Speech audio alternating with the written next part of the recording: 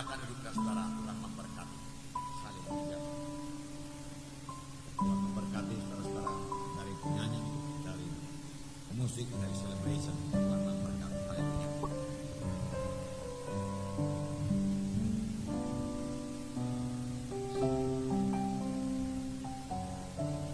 Hari ini saudara, mari kita lihat kedudukan kita dalam Tuhan sebagai imam-imam yang berkerajaan, yang memiliki kuasa, yang memerintah.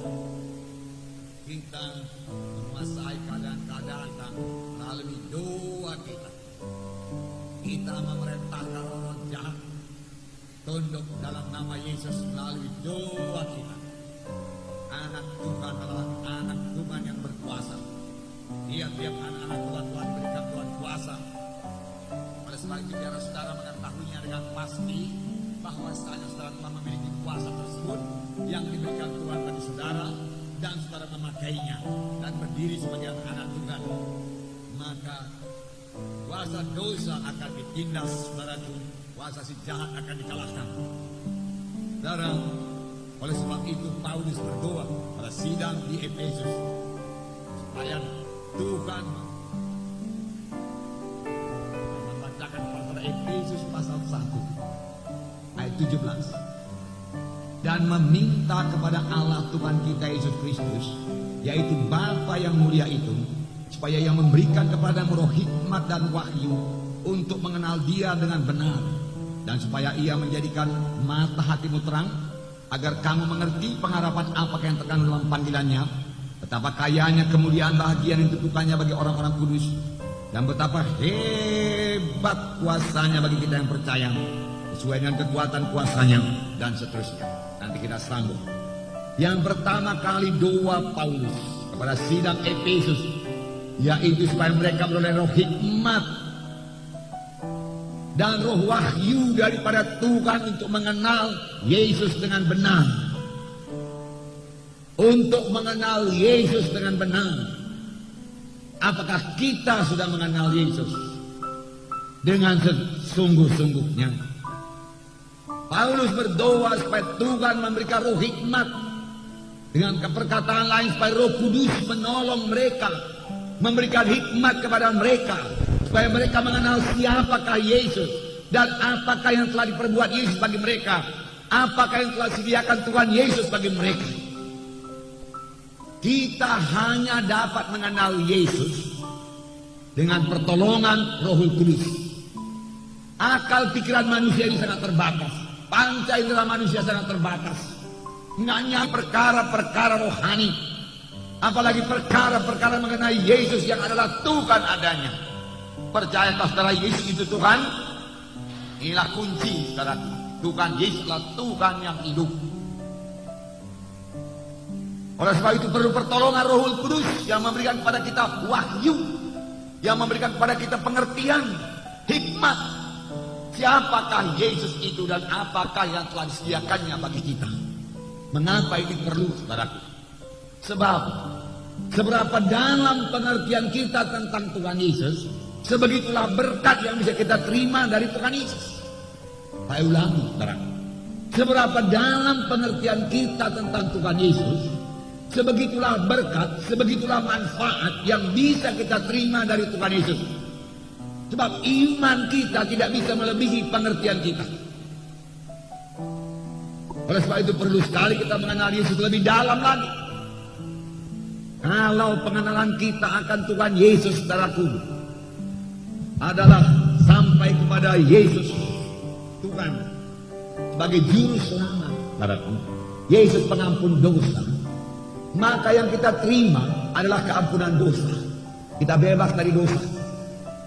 Kita mengerti bahwasanya Tuhan telah mati bagi kita, darahnya dicurahkan untuk menebus kita, dan kita selamat bukan karena kebenaran kita, tetapi anugerah Tuhan semata-mata, dan kita menerima sebagai Tuhan dan Juru Selamat kita, dan kita bertobat, maka kita pun selamat, dapat ampun dosa, jadi anak-anak Tuhan.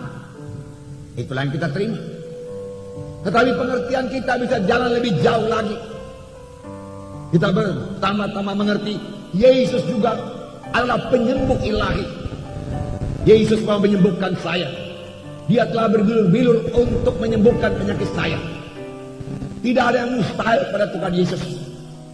Yesus hidup. Bilur-bilurnya masih berkuasa sekarang ini.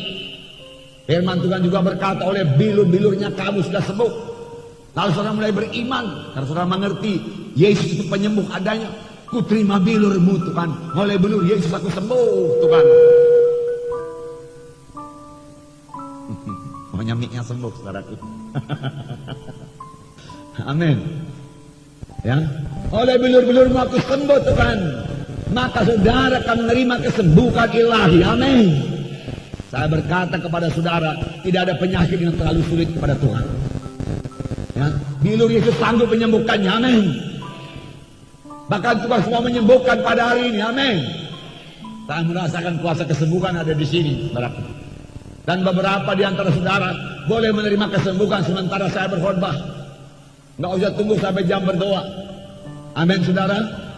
Dan saudara nanti bisa didoakan pada jam berdoa. Dan kuasa Tuhan akan menjamah saudara. Karena Tuhan tidak berubah. Karena Tuhan masih menyembuhkan. Masih menyembuhkan, amin. Masih menyembuhkan, amin. Masih mengangkat semua kelemahan kita, amin.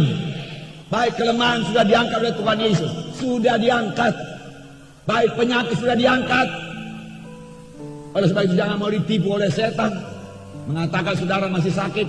Jangan bergantung pada gejala-gejala penyakit itu. Jangan bergantung pada perasaan. Terima kesembuhan dengan iman. Sama sebagaimana imanmu jadi padamu. Saudara bisa disembuhkan Tuhan, amin. Bisa sembuh. Kemudian pengertian saudara maju lebih jauh. Mengenal Yesus sebagai pelepas. Sebab Roh Kudus, sebab firman Tuhan berkata, Tuhan sendiri berkata, Roh Kudus ada padaku dan ia telah mengurapi aku untuk memberikan kebebasan bagi orang-orang yang tertawan. Pertama sebenarnya untuk memberitakan kabar baik kepada orang-orang miskin, kebebasan bagi orang tertawan, kelepasan bagi orang tertindas, memberitakan tahu rahmat Tuhan telah datang, kebebasan bagi orang tertawan, kelepasan bagi orang tertindas, kebebasan bagi orang tertawan dengan narkotika, tertawan dengan perkara-perkara yang najis dalam dunia ini, tertawan dengan pikiran-pikiran yang kotor, saudaraku. Oh, saudaraku, di dalam nama Yesus dengan kuasa Roh Kudus, saudara boleh bebas, amin. Sebab Yesus datang untuk membebaskan. Tuhan sendiri berkata, Roh Kudus ada padaku. Roh Kudus ada padaku dan ia mengurapi aku. Saudara, apakah saudara pikir fungsi Roh Kudus sudah berubah? Enggak, saudaraku. Roh Kudus ada pada saudara, amin. Dan Roh Kudus mengurapi saudara, amin. Roh Kudus juga mengurapi saya, amin. Untuk memberitakan pembebasan bagi orang terikat, kelepasan bagi orang tertawan, yang tertindas oleh kuasa-kuasa kegelapan, kuasa-kuasa dukun, diikat oleh kuasa kegelapan. Di dalam nama Yesus, oleh kuasa Roh Kudus, saudara boleh bebas, amin. Apalagi saudaraku, kalau pengertian saudara Tuhan Yesus sebagai pemberi berkat yang terbesar, Tuhan Yesus bankir yang terbesar, yang memberikan bunga deposito saudaraku, bukan 30%, 40%, 10.000%, saudaraku. Amin saudara. Sebab firman Tuhan berkata, aku datang supaya domba itu beroleh hidup yang berkelimpah. Tuhan Yesus telah menjadi miskin supaya dengan kemiskinannya kamu menjadi kaya. Firman Tuhan berkata, itulah sebabnya anak Allah menjadi miskin supaya dengan kemiskinannya kamu menjadi kaya. Nggak usah ditafsirkan panjang-panjang kayak ini. Hanya dalam satu bidang saja Tuhan Yesus menjadi miskin, yaitu dalam bidang materi. Dalam bidang kuasa dia tidak pernah menjadi miskin. Dalam bidang urapan dia tidak pernah menjadi miskin.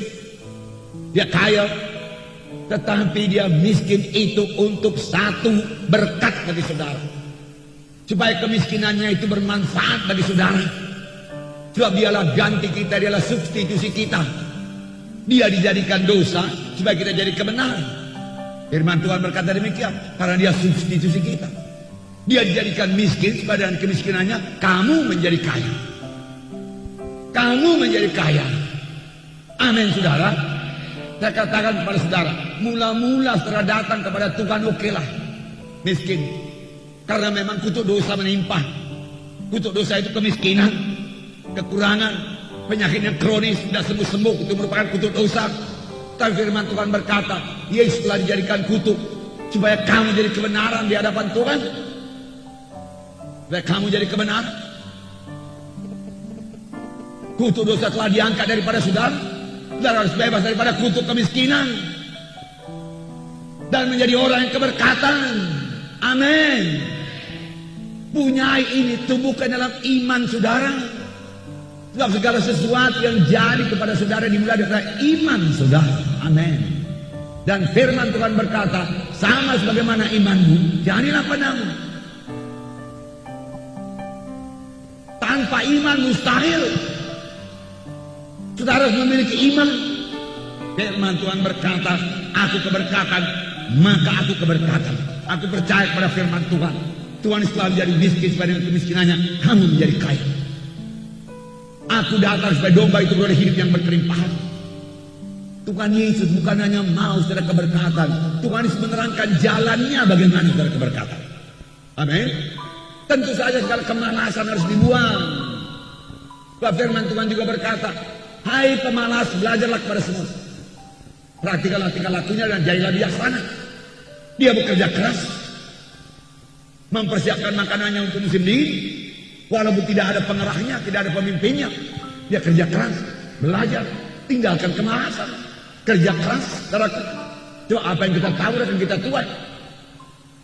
Firman Tuhan juga berkata, tidur sedikit lagi, mengantuk sedikit lagi, maka datanglah kemiskinanmu sebagai pencuri. Kemiskinan datang tidak bisa dicegah, berubah. Satu, saudaraku. Yang kedua, firman Tuhan berkata, beri supaya kepadamu diberi. Tapi banyak orang membalikkan ayat ini. Dia berkata, beri dulu kepadaku Tuhan, baru kuberi kepadamu. Firman Tuhan berkata, kita memberi dulu kepada Tuhan, baru Tuhan memberikan kepada kita. Amin, saudara. Ya. Bawalah olehmu segala persepuluhanmu dalam perbendaharaan rumahku, supaya ada makanan dalam rumahku, dan ujilah aku. Tuhan Yesus berkata, firman Tuhan berkata, apakah aku tidak membuka tingkap-tingkap di langit dan mencurahkan berkat yang berkelimpahan kepadamu? Firman Tuhan berkata, mencurahkan berkat yang berkelimpahan kepadamu. Amin.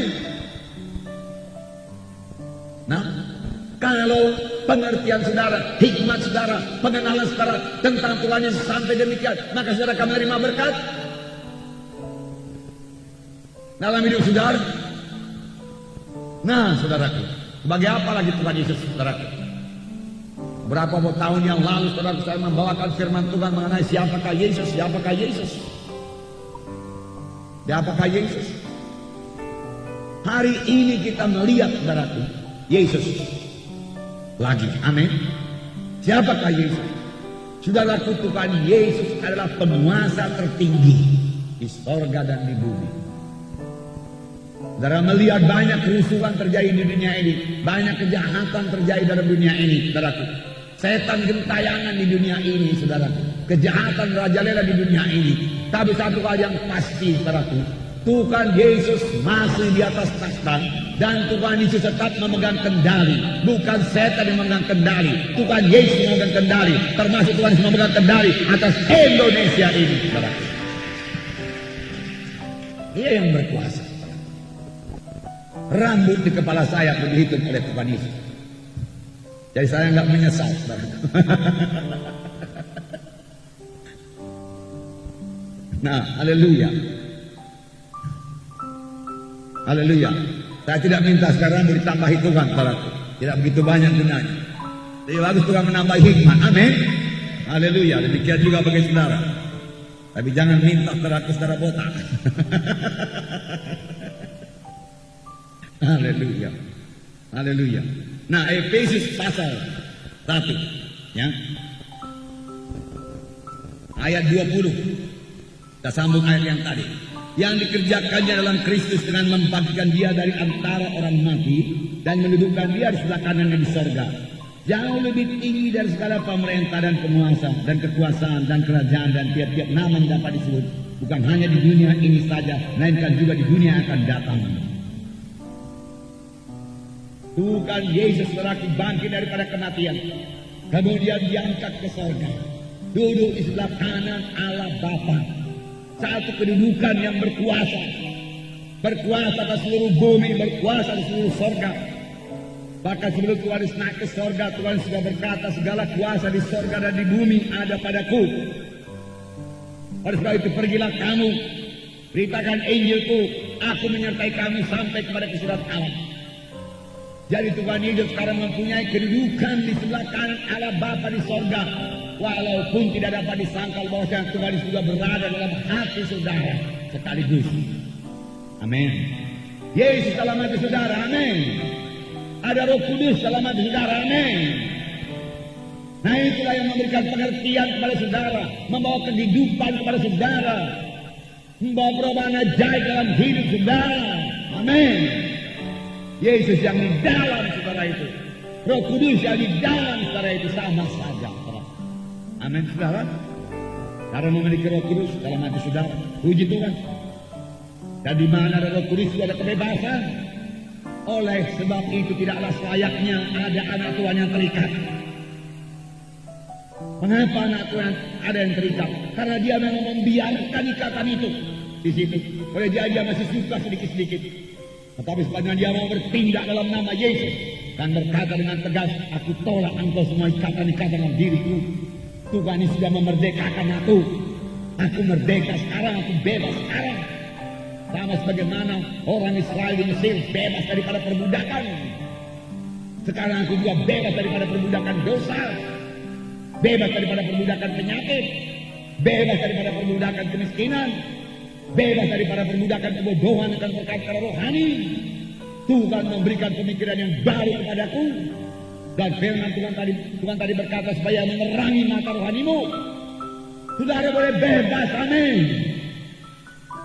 Bukankah itu perayaan Paskah yang akan saudara laksanakan hari Rabu yang akan datang di rumah-rumah kebaktian KKS Lempok Sel?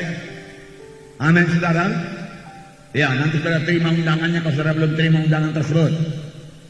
Saudara terima juga saudaraku firman Tuhannya kalau saudara belum terima.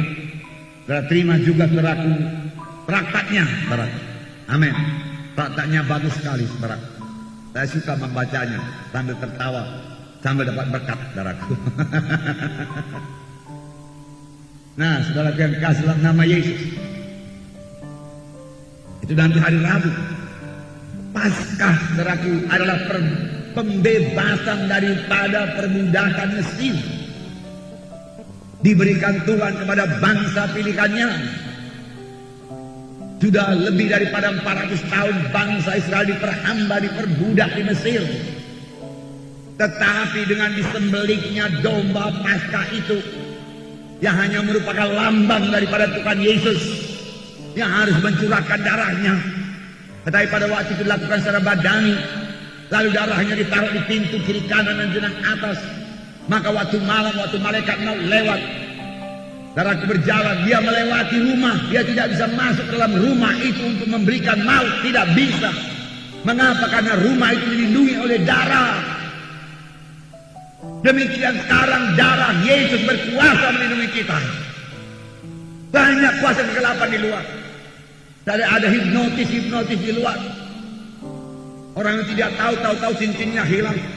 Orang yang tidak tahu uangnya sudah diambil oleh orang tersebut atau diminta saja oleh orang tersebut dan dia berikan. Karena apa? Karena dihipnotis. Hipnotis tidak akan pernah bisa menembus kuasa darah Yesus. Amin.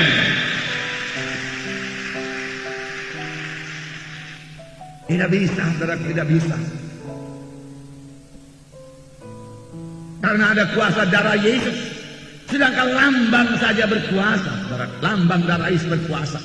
Apalagi darah Tuhan Yesus yang sejati, yang sekarang ini tersedia bagi saudara. Oleh sebab itu senantiasa bersalut dengan darah Yesus. Lalu pada malam itu di rumah-rumah orang Mesir terjadilah raungan yang dahsyat. Anak sulungku sudah mati. Bukan yang satu rumah, dua rumah, hampir semua rumah orang Mesir. Karena kalau tidak anak sulung manusia, anak sulung binatang pun mati. Mulai daripada anak sulung rakyat jelata peminta sedekah sampai kepada anak sulung Firaun, mati semua. Raungan di tanah Mesir. Pergilah kamu Israel, pergi tinggalkan Mesir, tinggalkan Mesir. Lalu Tuhan membuat bangsa Mesir bermurah hati kepada orang Israel dan memberikan semua harta bendanya. Ini bawalah emas perak kami, pergilah dari sini, nanti kami mati semuanya.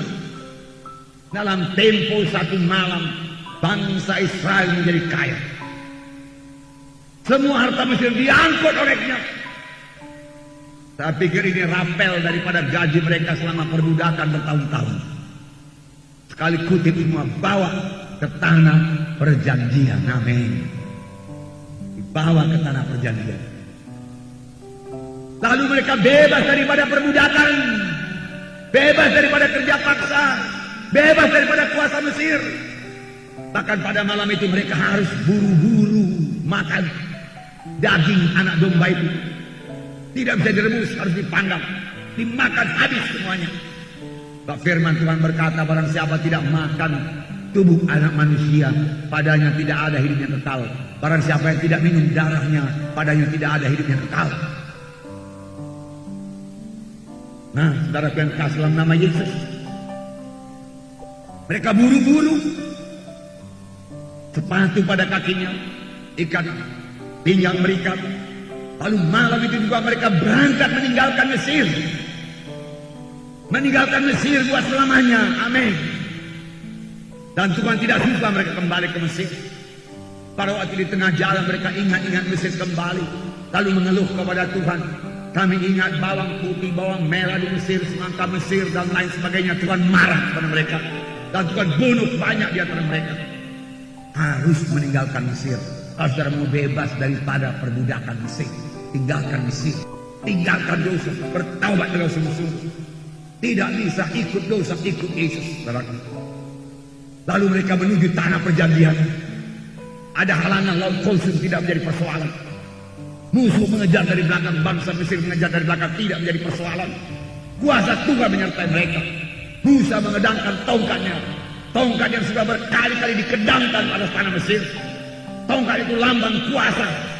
Dan tiap-tiap kali tongkat itu diangkat, saudaraku, dikedangkan, tulah bala datang kepada bangsa Mesir. Mulai daripada tulah yang pertama sampai tulah yang ke-10, kematian anak sulung. Saudaraku, Musa hanya mengangkat tongkatnya saja, air berubah jadi darah. Musa mengangkat tongkatnya, saudaraku, kata-kata memenuhi seluruh tanah Mesir. Tongkat itu berkuasa. Tongkat, lambang kekuasaan, diberikan kepada Musa. Musa mengangkat tongkatnya, laut Kulsum terbelah. Bangsa Israel menyeberang. Sampai ke seberang, bangsa Mesir masih tengah laut. Musa mengangkat tongkatnya, laut Kulsum tertutup. Bangsa Israel itu menang.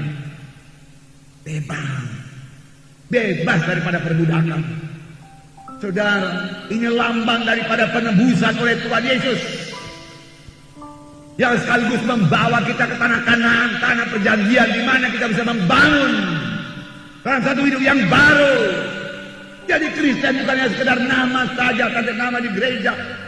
Okelah, selamat lahir baru, lalu menjadi orang yang lemah-lemah, tokohan-tokohan dalam dunia ini. Tidak. Tidak, saudaraku, amin. Kristen adalah umat yang berkuasa, amin. Saya akan bacakan ayat demi ayat menunjukkan bahwa saudara punya kuasa. Saudara memerintah bersama-sama dengan Kristus, amin. Ini jadi orang Kristen. Ini jadi orang Kristen. Menjadi orang yang berkuasa. Itu sebabnya Tuhan berkata, pergilah ke seluruh dunia, beritakan Injilku pada sekalian makhluk. Aku akan menyertai kau sampai kepada kesudahan alam. Itu sebabnya setiap anak-anak Tuhan adalah pekabar-pekabar Injil, saksi-saksi Tuhan. Karena kuasa Tuhan menyertai saudara. Saudara boleh berdoa bahwa orang sakit kalau orang itu akan sembuh. Itu bukan milik pendeta saja, amin. Sebab tanda orang percaya berkata mereka akan meletakkan tangannya atas orang sakit, lalu orang itu akan sembuh.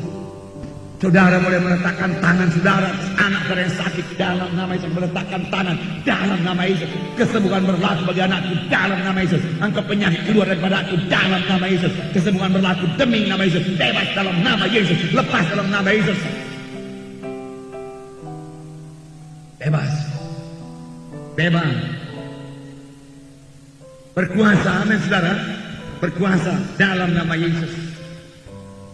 Saudara, Dari mulanya Tuhan mengendaki anak-anaknya hidup berkuasa. Dari mulanya, pada waktu dia menciptakan dunia ini, Kejadian 1:26 saya bacakan pada saudara. Berfirmanlah Tuhan, baiklah kita menjadikan manusia menurut gambar dan rupa kita, supaya mereka berkuasa atas ikan-ikan di laut dan burung-burung di udara, dan atas ternak, dan atas seluruh bumi, dan atas segala binatang melata yang merayap di bumi. Maka Allah menciptakan manusia itu menurut gambarnya. Menurut gambar Allah diciptakannya dia, laki-laki dan perempuan. Menurut gambar dan peta Tuhan, Allah itu Tritunggal. Amin, saudara. Banyak orang bertanya kepada saya, Pak Munti, tolong terangkan Tritunggal. Banyak orang berkata, Allah orang Kristen 3, dia katakan. Bukankah hanya satu Allah? Kalau 3 Allah tidak ada yang maha kuasa, dia katakan. Saya katakan, maukah kamu mengerti mengenai Tritunggal? Mau, Pak? Oke. Saya katakan, kamu sendiri adalah Tritunggal. Manusia ini adalah Tritunggal. Saya katakan, saya ini roh adanya, dan saya mempunyai jiwa, dan saya hidup dalam tubuh. Ada tubuh saya, ada jiwa saya, ada roh saya. Roh saya lah yang bisa bersekutu dengan Tuhan.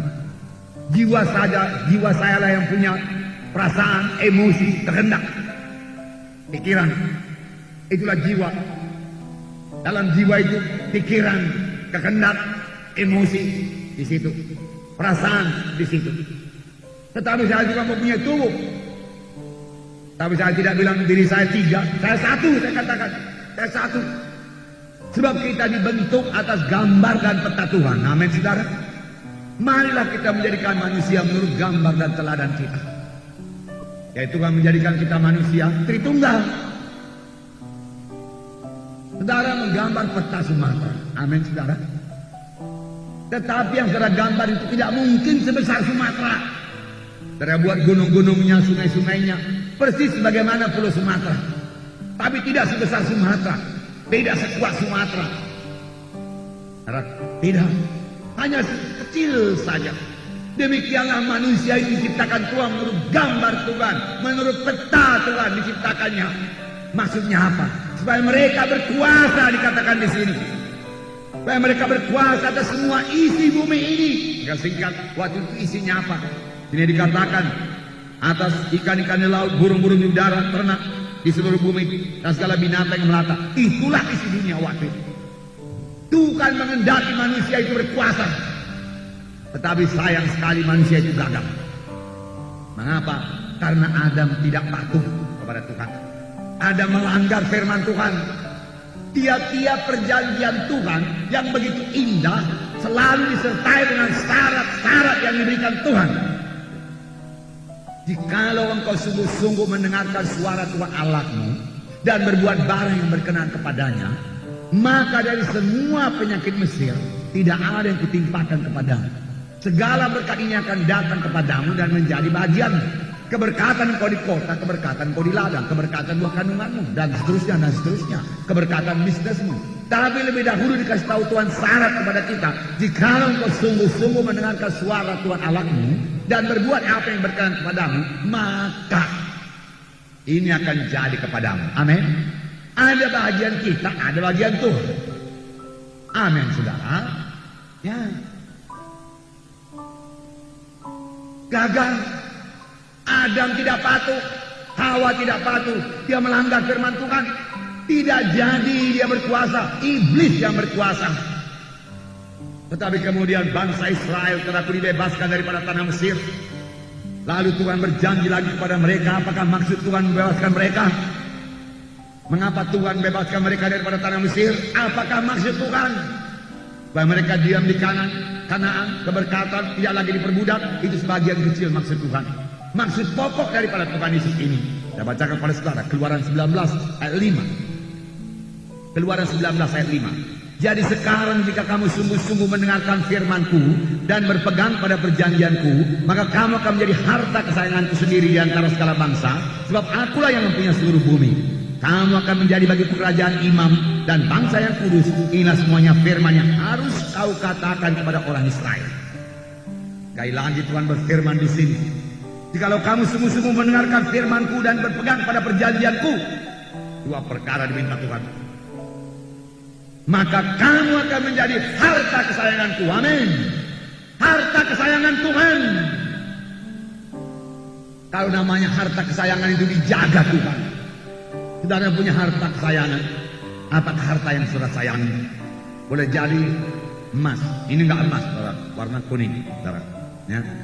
Tapi saya sayang juga sama ini. Karena ini apa? Harta saya, saudara. Harta saya. Walaupun ini tidak saya beli, diberikan kepada saya oleh Bro Tobi, saudara. Ya. Saya memberikan jam saya kepada seorang hamba Tuhan. Lalu dia lihat saya tidak punya jam lagi. Lalu dikasihnya jamnya sama saya. Saudara. Sekarang jam ini milik saya. Saya sayang. Walaupun ini bukan harta kesayangan saya. Saya sayang, amin, saudara. Kalau nggak nampak saya cari-cari. Di mana tadi jam kalian lihat? Di mana? Di mana? Tolong dulu, tolong. Cari dulu, cari. Nah, saya takkan campakkan aja ini, saudara. Tidak akan biarkan saja hilang. Kenapa? Karena saya sayang. Amin, saudara. Demikian saudara harta kesayangan Tuhan. Kalau saudara harta kesayangan Tuhan, nggak sembarangan diizinkan Tuhan penyakit datang kepada saudara, setan datang kepada saudara. Enggak, dilindungi Tuhan. Harta kesayangan itu dilindungi, amin.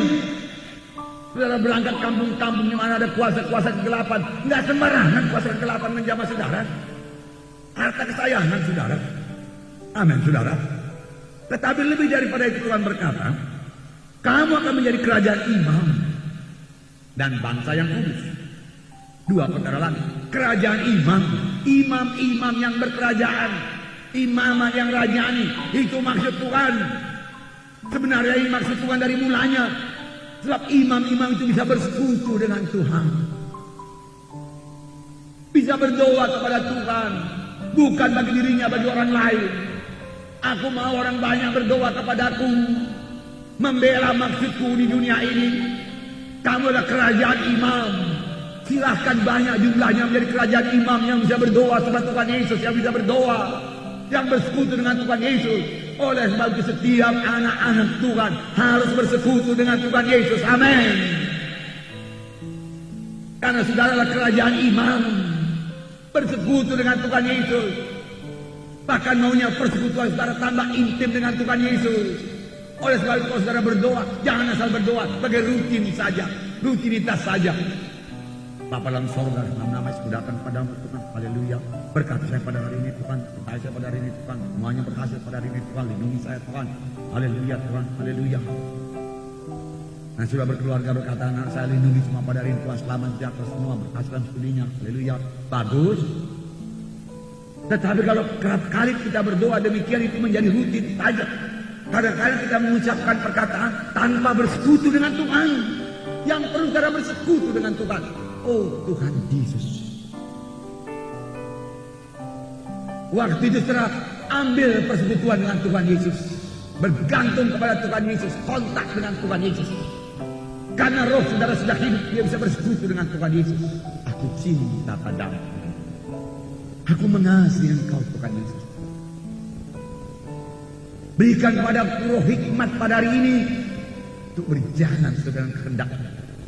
Aku mau menyenangkan engkau pada hari ini. Aku mau mendengar suara-Mu Tuhan lebih jelas lagi Tuhan. Aku mau melaksanakan kehendak-Mu pada hari ini Tuhan. Ajari aku Tuhan. Aku rindu mendengar suara-Mu Tuhan. Karena akulah imam Tuhan. Aku mau mendengar suara-Mu Tuhan, bicaralah Tuhan. Oh, sabdalah Tuhan. Di sini hamba-Mu patuh. Aku mematuhi Engkau Tuhan. Kau yang terindah Tuhan. Kau yang termulia Tuhan. Aku cinta padamu Tuhan. Aku mengasihi Engkau Tuhan. Aku mengasihi Engkau Tuhan. Ucapkan, katakan dalam doa saudara. Sebab Petrus bertanya, sebab Tuhan bertanya kepada Petrus, Petrus, adakah engkau mengasihi aku? Bukan suka kalau kita berkata kepadanya, aku cinta padamu Tuhan Yesus. Aku cinta padamu Tuhan Yesus. Kadang-kadang lebih daripada seorang istri yang berkata kepada suaminya, aku cinta padamu suami. Atau suami yang berkata kepada istrinya, aku cinta padamu. Kadang-kadang kita terlalu kaku mengucapkan itu. Belajar. Men, belajar. Yang belum berumah tangga gak usah ucapkan itu.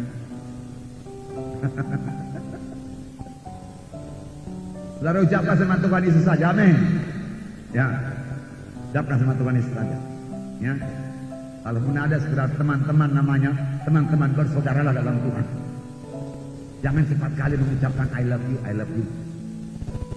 Kalau bukan itu pilihan Tuhan bagi saudara,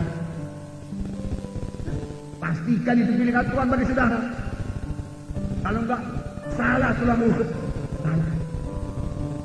Kalau salah tulang rusuk ini saudara terkilir selalu.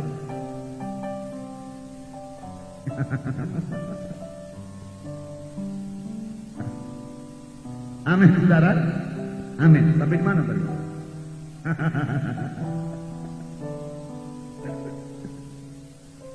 Oke.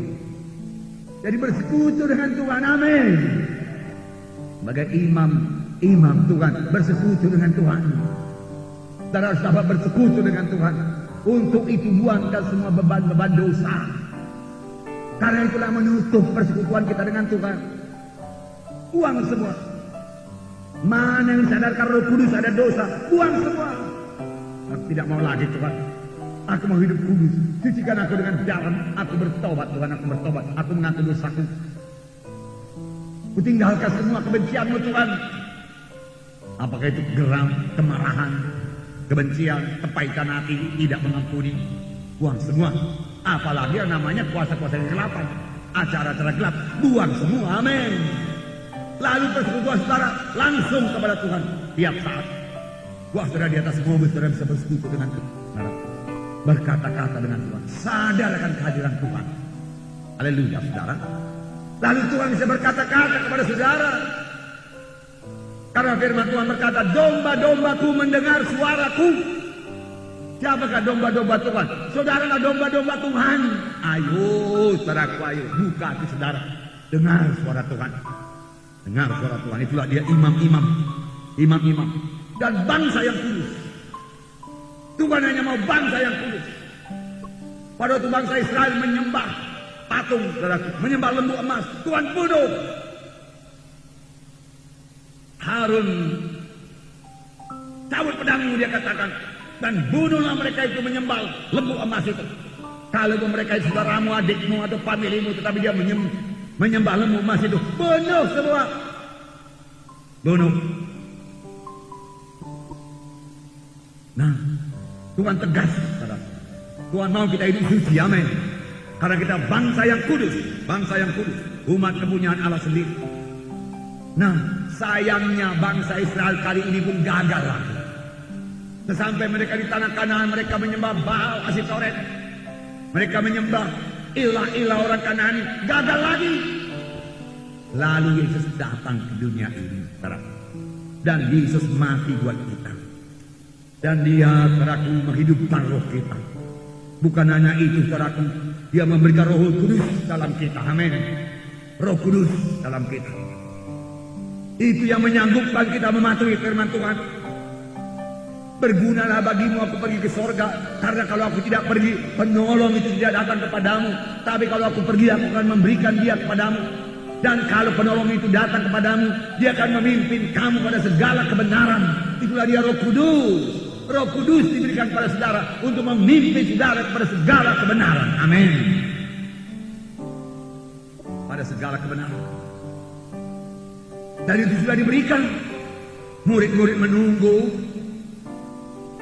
10 hari. Pada hari ke-10 turun Roh Kudus ke atas mereka.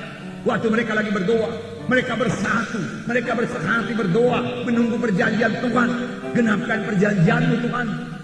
Engkau berkata kami harus pergi ke seluruh dunia ini. Kami tidak punya kuasa Tuhan. Dengan apa kami mengabarkan Injil-Mu? Lalu Tuhan Yesus berkata, tunggulah di Yerusalem sampai kami dilengkapi dengan kuasa dari Maha Tinggi. Murid-murid bertanya, Tuhan, pada masa ini kamu membangunkan kembali kerajaan bagi umat Israel? Tuhan Yesus berkata, tidak perlu bagi untuk mengetahui masa dan ketika yang ditetapkan Tuhan menurut kehendaknya. Tetapi kamu akan beroleh kuasa. Kamu akan beroleh kuasa. Kamu akan beroleh kuasa. Saudara akan beroleh kuasa. kalau Roh Kudus turun ke atas kamu dan menjadi saksi bagiku Yerusalem, Yudea, Samaria, hingga sampai ke ujung bumi. Amin. Roh Kudus itu kuasa. Saudara, saya percaya ini pekerjaan Tuhan yang terakhir. Memberikan Roh Kudus, kemudian Yesus akan datang segera. Dan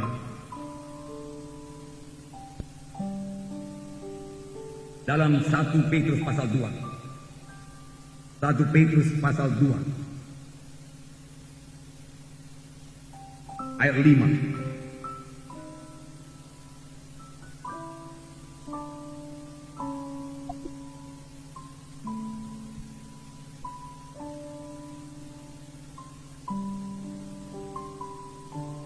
Satu Petrus pasal 2 ayat 5. Ini dikatakan, dan biarlah kamu juga dipergunakan sebagai batu hidup untuk pembangunan suatu rumah rohani bagi suatu imamat kudus, untuk mempersembahkan persembahan rohani yang karena Yesus Kristus berkenan kepada Allah.